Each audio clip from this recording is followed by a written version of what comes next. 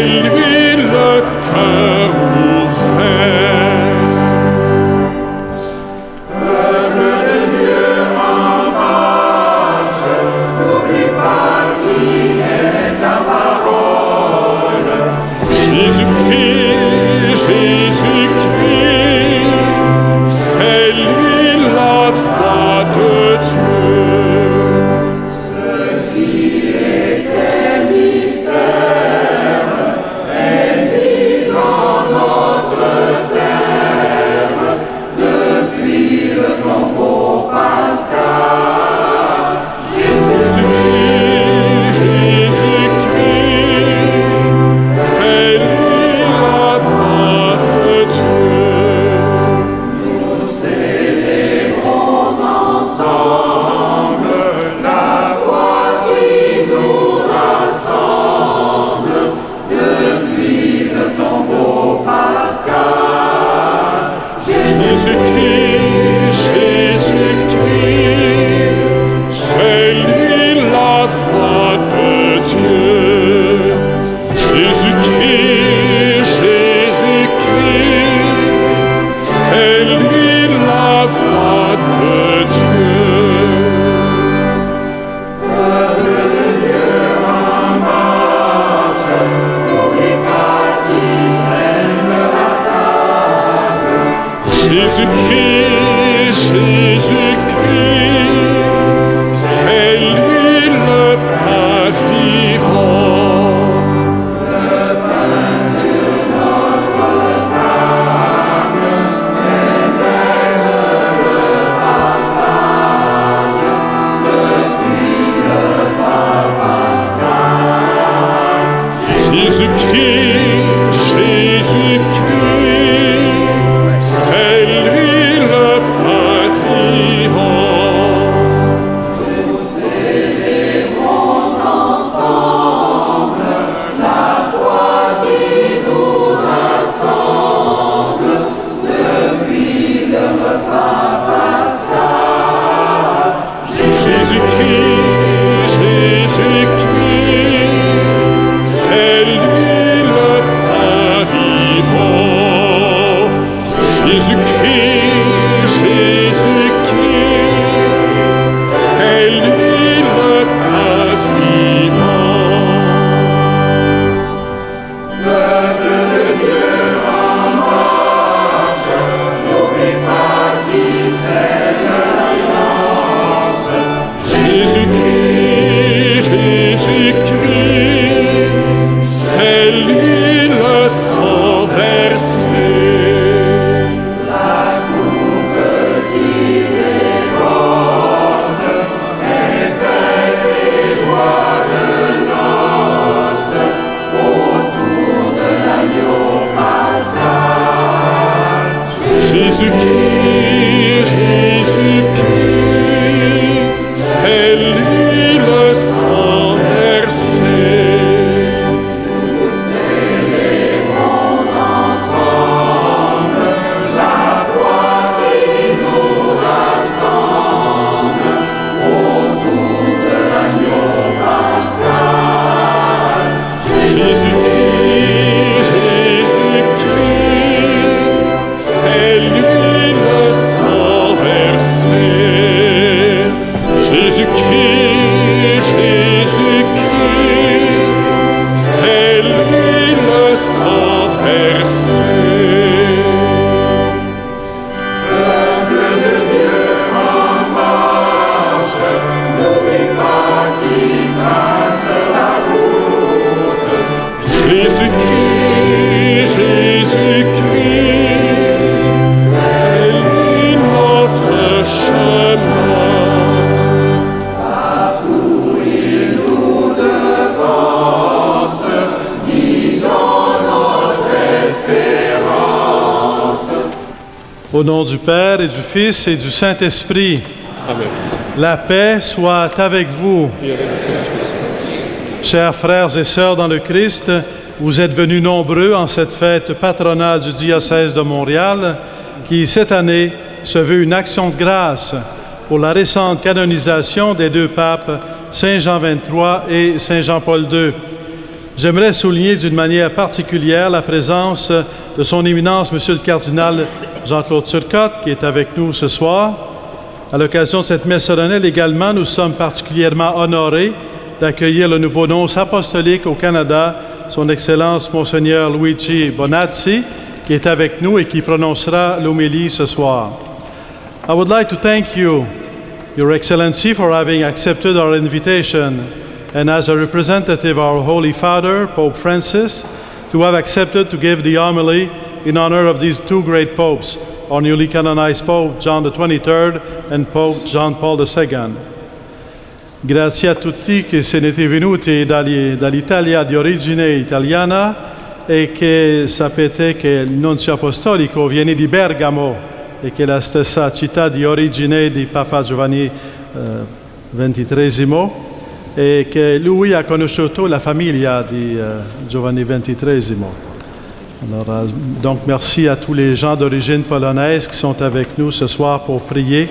Merci pour votre présence et nous sommes réunis dans la prière pour célébrer deux grandes figures qui concernent toute l'Église universelle.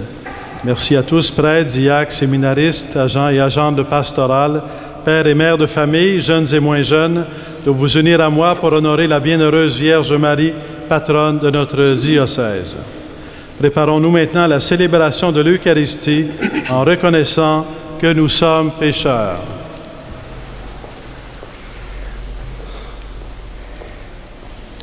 I would like to offer you an homily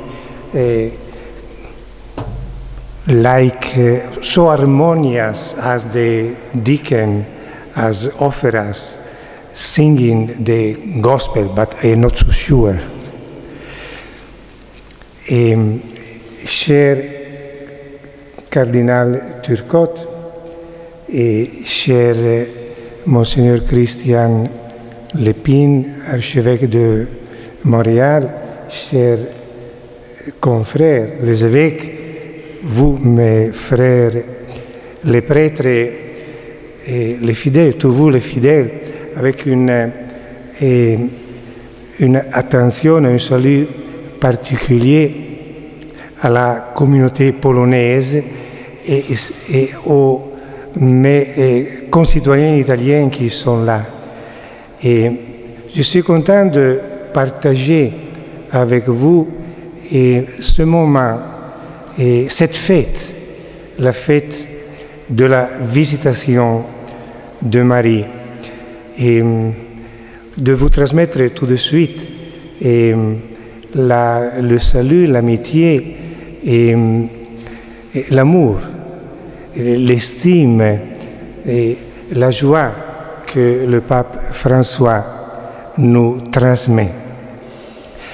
Et vraiment, demandons au Seigneur que cette joie que nous voyons rayonner sur son visage puisse être, au-delà de nos difficultés, quelque chose qui nous accompagne. Jésus nous dit qu'on aura des difficultés dans la vie, on aura des peines dans la vie, mais que notre peine se transformera en joie. Que le Seigneur nous aide à faire cette expérience de voir que c'est la joie qui est la tonalité de notre vie chrétienne, non pas en dépit des difficultés qu'on doit rencontrer, mais au milieu et même grâce aux difficultés. Fête de la visitation de Marie. Et nous vivons ce soir, nous pouvons dire, 3 visites. C'est la visite que la Vierge Marie fait à sa cousine Élisabeth, et c'est aussi la visite que nous recevons de ces 2 grands papes qui sont maintenant des saints, Saint Jean-Paul II et Saint Jean XXIII. Donc, je dirais un mot, j'espère le plus court possible, sur ces 3 visites. Et la première, la visite, fête de la visitation de la Vierge Marie. J'aime quand je parle de la Vierge Marie, rappeler ces paroles que le Concile Vatican II nous a léguées et qui nous disent toute la considération et toute l'estime avec laquelle l'Église regarde à la Vierge Marie. C'est dans le décret sur la sacrée liturgie où nous lisons que, en célébrant le cycle annuel des mystères du Christ, la Sainte Église vénère avec un particulier amour la bienheureuse Marie, Mère de Dieu, qui est unie à son Fils dans l'œuvre salutaire par un lien indissoluble. Et le texte continue et nous dit « En Marie, l'Église admire et exalte le fruit plus éminent de la rédemption et comme dans une image très pure, elle contemple avec joie ce qu'elle-même désire et espère être tout entière. » La Vierge Marie, qui est le fruit plus éminent de la rédemption, et en même temps, c'est comme ce que nous désirons, ce que nous espérons d'être nous-mêmes aussi.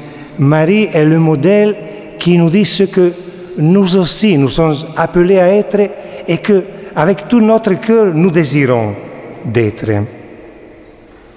Et dans la fête de la Visitation, il me semble que Marie est le modèle du chrétien qui visite, qui sait visiter. Non. Faire une visite signifie sortir de sa propre maison, sortir de soi-même et aller à l'encontre des autres. Ce n'est pas rester enfermé en soi-même, mais se mettre en mouvement vers quelqu'un. Et pour visiter, il faut comme être attentif pour savoir ceux qui ont le besoin d'être touchés et visités par nous. Donc il faut savoir écouter. Et Marie est pour nous un modèle de la personne qui sait écouter. D'où naît le geste de Marie d'aller chez sa parente Élisabeth. C'est qu'elle avait écouté l'ange de Dieu qui lui avait dit « Et voici qu'Élisabeth, ta parente, vient elle aussi de concevoir un fils dans sa vieillesse. » Marie sait écouter. Elle est celle qui écoute. Mais si nous pensons bien, écouter, c'est la caractéristique du chrétien. Si Dieu est celui qui parle et qui par sa parole crée l'univers, si Dieu est celui qui parle, si le Créateur est celui qui parle, nous qui sommes des créatures, nous sommes celles qui écoutent. Combien il nous faut savoir apprendre à écouter davantage. Dans notre vie, à écouter davantage. Il y a tellement de messages que le Seigneur nous envoie, mais nous sommes distraits et ils n'entrent pas dans notre cœur et dans notre vie. Marie sait écouter Dieu. Attention, ce n'est pas simplement entendre avec les oreilles d'une façon superficielle, mais c'est une écoute remplie d'attention, d'accueil, de disponibilité vers Dieu. Elle écoute Dieu et également elle écoute, pour ainsi dire, les événements qui accompagnent sa vie quotidienne. C'est l'attention aux personnes, aux faits, car le Seigneur se tient à la porte de notre vie et frappe à la porte de notre vie de plusieurs manières. Il place des signes sur notre chemin. Il nous donne aussi la capacité de les voir. Marie est la mère de l'écoute, une écoute attentive à Dieu et une écoute tout aussi attentive aux événements de la vie. Que la Vierge Marie nous donne d'être des personnes qui savent davantage écouter et recevoir les messages que dans plusieurs manières le Seigneur nous envoie.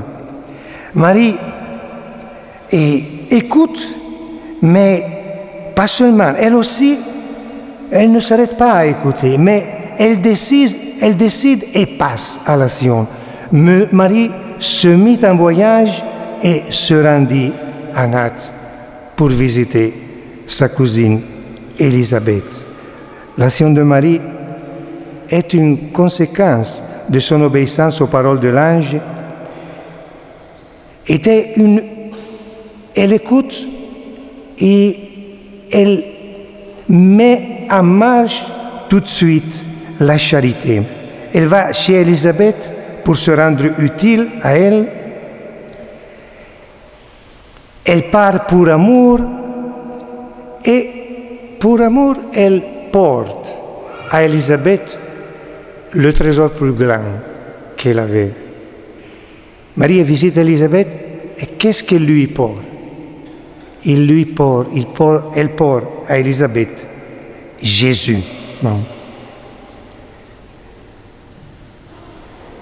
C'est quelque chose que c'est un trésor que chacun de nous a. Non. Parfois, nous n'avons pas de richesse, de moyens matériels pour aider les autres.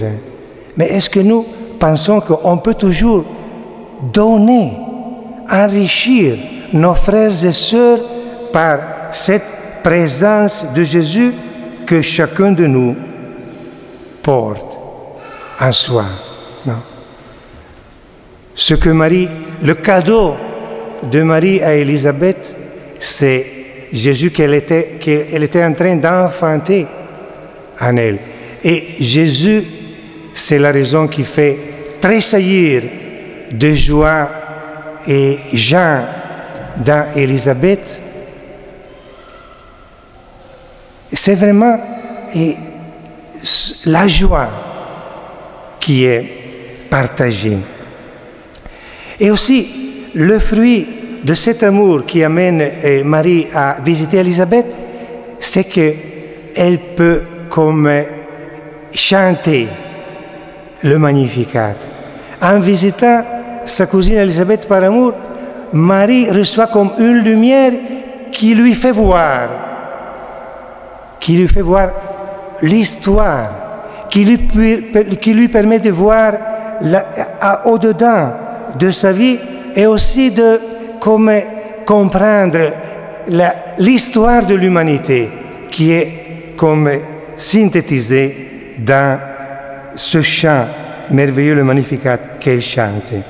Visiter, sortir de nous-mêmes. Je crois que l'Église naît lorsque nous pratiquons davantage l'art de nous visiter les uns les autres.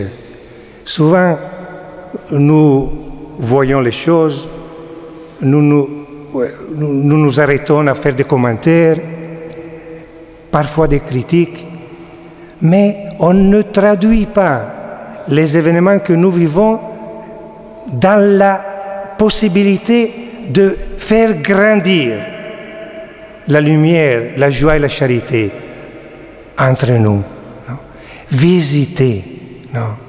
Et pratiquer davantage l'art de nous visiter. Une chose que j'ai partagée dans les occasions que j'ai eues ces premiers mois de ma présence ici au Canada en rencontrant les évêques du Québec, les évêques de l'Atlantique aussi et les évêques de l'Ontario, je leur disais, essayons de grandir dans l'art de nous visiter les uns les autres, de nous appeler, non? Et de nous demander comment vas-tu, non? Est-ce que je peux t'aider? Comme il est important de nous visiter, non? Aussi, dans le presbytère diocésain, n'est-ce pas? Un prêtre qui voit son confrère en difficulté, visiter, ne pas rester fermé dans sa propre maison. Non, vraiment, et pratiquer l'art de visiter. Non. Même aussi avec l'évêque, n'est-ce pas? Et nous désirons que l'évêque nous visite, mais c'est important aussi que nous soyons les premiers, comme, pas seulement à contempler, regarder ou commenter ce que fait l'évêque, mais le visiter, lui dire, Excellence, je suis là, et merci de ce que vous dites, et qu'est-ce que vous pensez faire? Est-ce que je peux vous aider? Visiter. L'Église grandit et devient une famille dans la maison où nous grandissons dans la capacité de nous visiter les uns les autres. Saint Jean XXIII, Saint Jean-Paul II, eux aussi sont comme les signes que le Seigneur nous visite. Elles sont des signes vivants que le Seigneur visite son peuple. Il nous visite continuellement, le Seigneur. Mais il y a comme des moments dans lesquels sa visite se rend plus visible, plus manifeste, comme à travers ces grandes personnes que sont nos vrais amis, les saints, Saint Jean XXIII et Saint Jean-Paul II. Non. Deux signes que le peuple nous visite, que le Seigneur nous visite. Il ne reste pas chez lui. Non, il continue de nous visiter. Je voudrais dire deux simples mots sur le pape Jean-Paul II et le pape Jean XXIII. Pope John Paul II was a great apostle of mercy. I know that your Archbishop during Lent offered you a meditation, a retreat precisely on the theme of Pope John Paul II and mercy. He was a great apostle of mercy by his teaching and above all by the witness of his life. Permit me to recall with you what I consider the most significant example of mercy that St. Paul John II has given to us. That is his meeting with Ali Ajka, the young Turk who had attempted to assassinate him.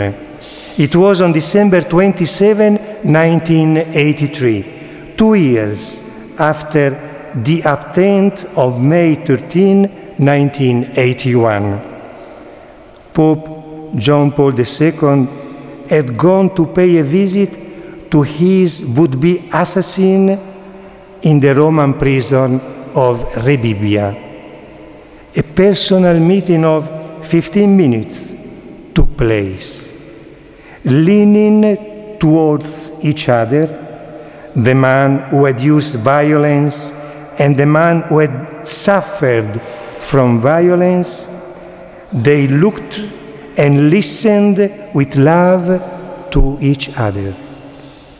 Once the meeting ended, the Pope went to visit some 200 women detained in the same prisons and shared with them what he had experienced in the encounter with Ali Ajka. And he said, "We met as men and as brothers because we are all brothers, and all the events of our lives must lead us to fraternity." I have always been struck by this episode and witness. John Paul II teaches us that all life experiences, even the most painful, lead us to fraternity. It is not true, say the same Pope, that discord or hatred can only generate more discord and more hatred. No, the evil that unfortunately lives within the human heart can be stopped. It is enough to allow mercy to work within us. Mercy, which is the gift of the crucified and risen Lord. It is the gift that Jesus gives always to us, His love. The gift that enables us to overcome evil with good, to transform enmity into friendship, and therefore to increase fraternity within the human family. Let us ask St. John Paul II to help our human family to overcome, through mercy, all the different aspects of enmity, hatred and evil. Et maintenant un petit mot sur Saint Jean 23. We have a great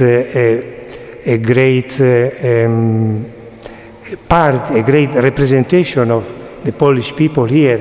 Represented the Pope John XXIII, there is only me, in the sense that I come from his same diocese, Bergamo, where he was born. Le pape Jean XXIII, qu'on peut dire de lui? Celui qui a été appelé le pape de la bonté possédait un secret.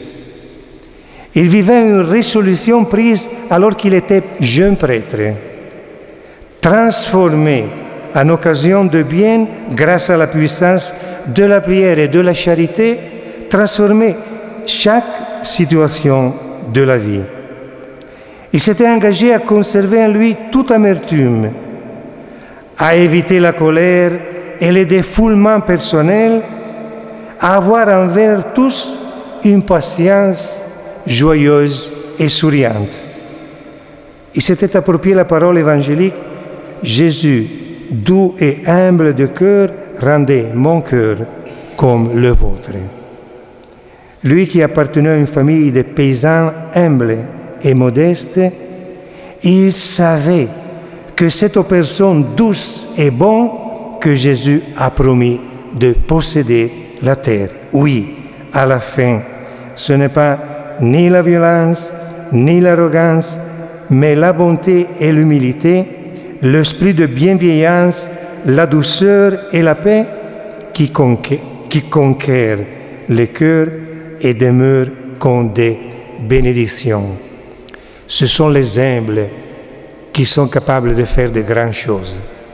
Pour faire de grandes choses, il faut être humble comme la Vierge Marie.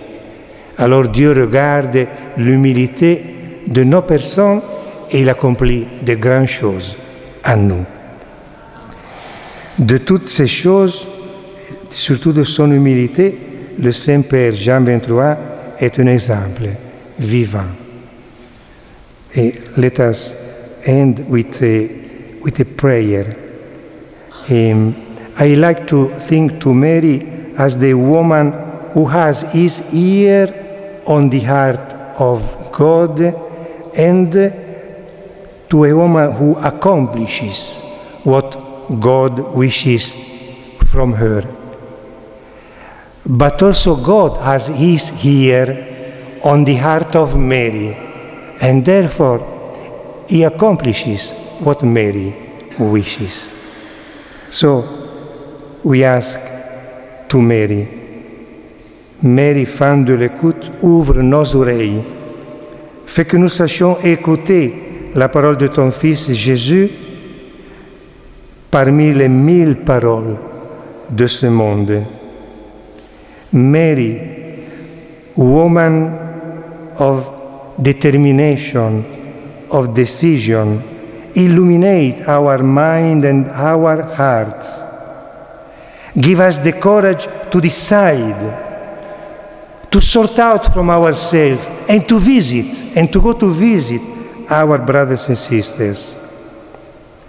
Marie, femme de l'action, Fais que mène nos pieds aillent en hâte vers les autres pour leur apporter l'amour du Christ, pour leur apporter la joie du Christ, pour apporter la lumière du Christ et faire grandir sur la terre, faire grandir dans nos familles, dans notre Église, la lumière et la joie de l'Évangile.